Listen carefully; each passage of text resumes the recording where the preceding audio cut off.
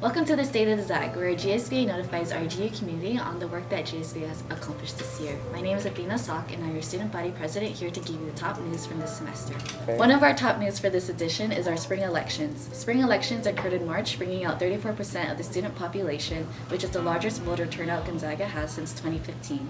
Here's Juliana Pendleton, our Speaker of the Senate, to bring us a story on spring elections.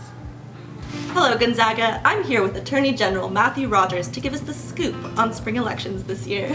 Hello Zag. So good news, we had 34% turnout during our elections this year. That's a huge number, and we also passed a lot of important constitutional amendments. Wow, what are those constitutional amendments? So the first one has to do with voting populations on campus and who you can vote for. The second one has to do with changing our Director of Finance to Club Funding Coordinator, and lastly about gender inclusive language in our bylaws and our Constitution.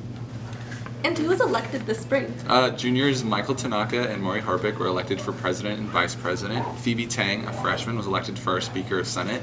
And Brady Zaire, a junior, was elected for treasurer, along with 3 of our 4 class representatives and a whole bunch of other senators. Wow, thanks Matthew, and big welcome to our new GSBA members. Athena, back to you. Thanks, Juliana, for that riveting story on spring elections. One of the many initiatives that GSBA has worked on this year is the Undergraduate Professional Development Grant. Let's hear from the mastermind behind this project, Carlo Juntia, who was the president from last year. Hey Athena, the Undergraduate Professional Development Grant was an idea that came from my desire to support first-generation college students just like myself. The focus of this grant would be to provide up to $500, primarily to assist first-generation and other low-income students who demonstrate any sort of financial need.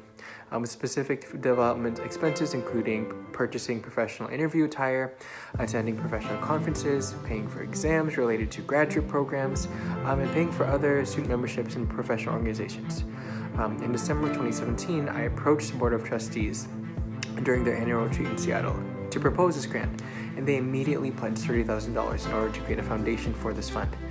For the remainder of my term, I worked with individuals from University Advancement, Career Professional Development, and Student Financial Services in order to discuss the process related to launching this grant.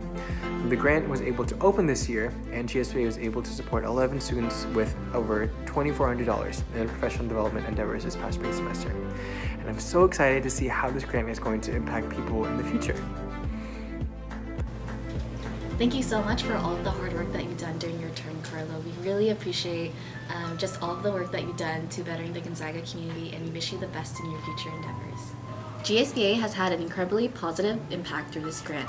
This spring, we were able to award 11 students. 6 individuals were awarded $150 to assist with purchasing interview attire. 3 individuals were awarded $250 to assist with purchasing airfare to a conference. 1 was awarded $200 to assist with conference registration fees. 1 was awarded $150 to purchase LSAT study materials, and 2 were awarded a total of $400 for graduate school testing fees. We are approximately $14,000 away from the grant reaching endowed status, which would allow it to become a permanent fund that students can access for the years to come. This month, the grant is a part of a university crowdfunding event called Project ZAG Starter that runs from April 22nd to May 3rd. We will be using our online platform at www.zagfunding.gonzaga.edu. Modeled after the success of ZAG's Give Day 2018, in which several projects, programs, schools, and colleges were offered as opportunities for support, this event will feature 12 funds, including the grant, which will be promoted via email, social media, and phone outreach. I hope you all feel empowered by the work that our students have done for the grant and feel inspired to help continue this program. Today is the last day to show your support for this grant, and if you'd like to give a donation, navigate to the link on this screen. Next up on our top news is GSBA Week. This is the second year that GSBA has done a week-long event of programs, and GSBA Week is a week where we re-engage the student body and student government. GSBA Week started off on Monday, February 4th with Senate in a Slice, where we had a panel of senators discuss the work that they have done in Senate. We also had our Senate meeting that occurs every Monday at 8 p.m. Tuesday was our restaurant takeover at Caruso's, which all the funds went to the Undocumented Student Scholarship. Wednesday was our Spring Club Fair and Open Mic Night, and Thursday was our Krispy Kreme fundraiser. We closed off our week of events with our spring concert with our main performer, Marky Basie.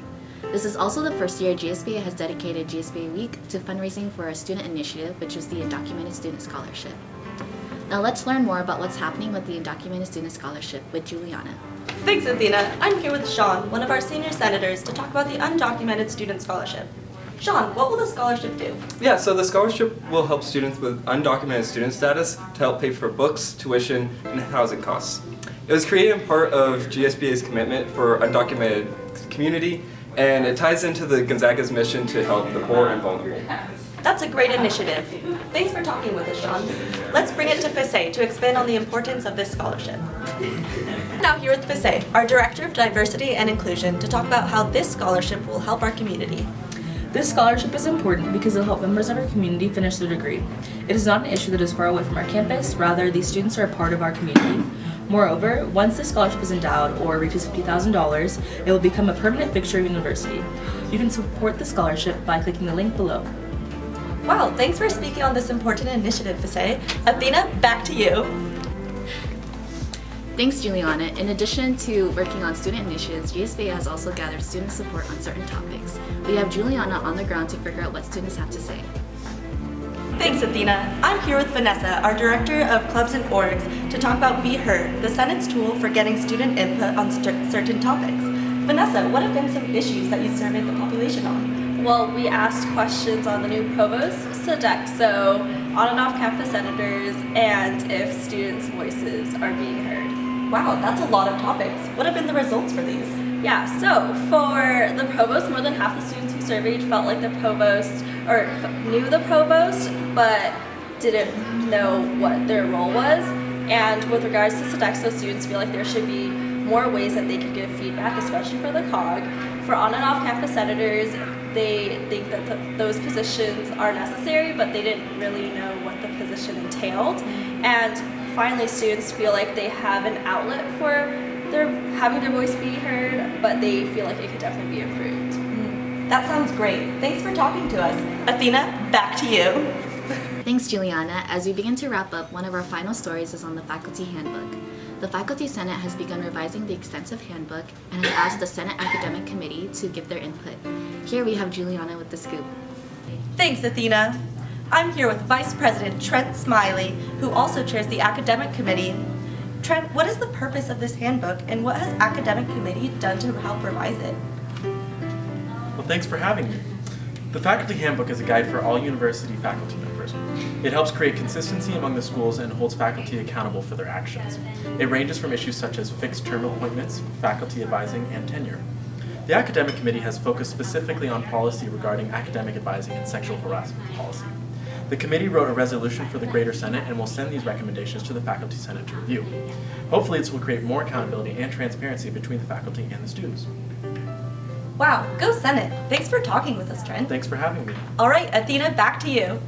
Thanks, Juliana. Before we close out today, I want to give one last plug about how you can get involved in GSBA.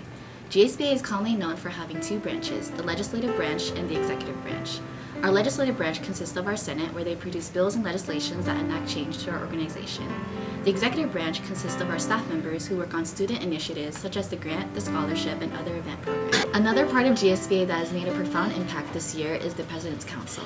The President's Council consists of several university committees and councils where students are appointed to ensure student voice is apparent in these committees. The President's Council meets twice a semester, while individual committees meet approximately once a month.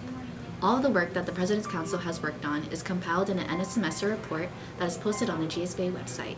If you're interested in getting involved in GSBA in a profound way, be on the lookout to apply for President's Council in early September. That's it for our updates for the State of the ZAG. Make sure to follow GSBA on Instagram, Snapchat, and Facebook. Thank you for tuning in for the State of the ZAG. This is Athena Sock signing out for the last time.